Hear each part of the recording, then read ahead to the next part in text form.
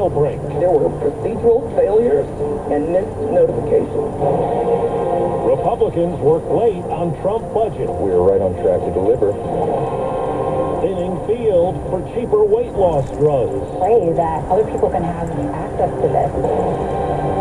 Good morning, I'm Steve Kathan. With the CBS World News Roundup, 5 escaped inmates are still on the loose days after their stunning jailbreak in New Orleans, and pressure is mounting on Sheriff Susan Hudson. I take full accountability for this failure, and it is my responsibility to make sure it is addressed with urgency and transparency. At least one of the jail's security cameras wasn't working at the time of the breakout, and guards had skipped some security checks. A prison worker is charged with helping the 10 men escape. 5 have been recaptured. Louisiana Attorney General Liz Murrill. Still are conducting a very thorough investigation of the staff. My investigation won't just stop with the acute event. We will also look at broader conditions at the facility. In Washington, lawmakers worked overnight on President Trump's budget plan after he went to Capitol Hill to try to sway GOP holdouts.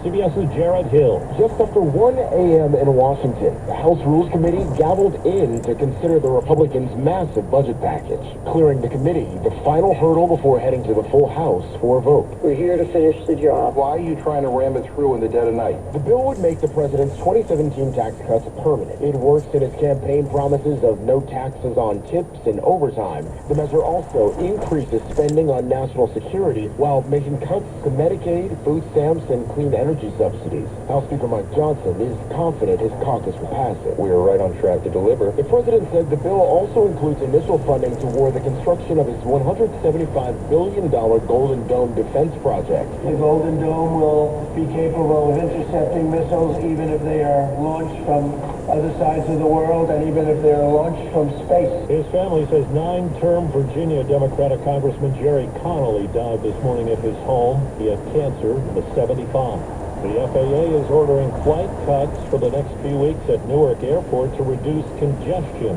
Nearly a dozen tornadoes were reported across 6 states yesterday in the South.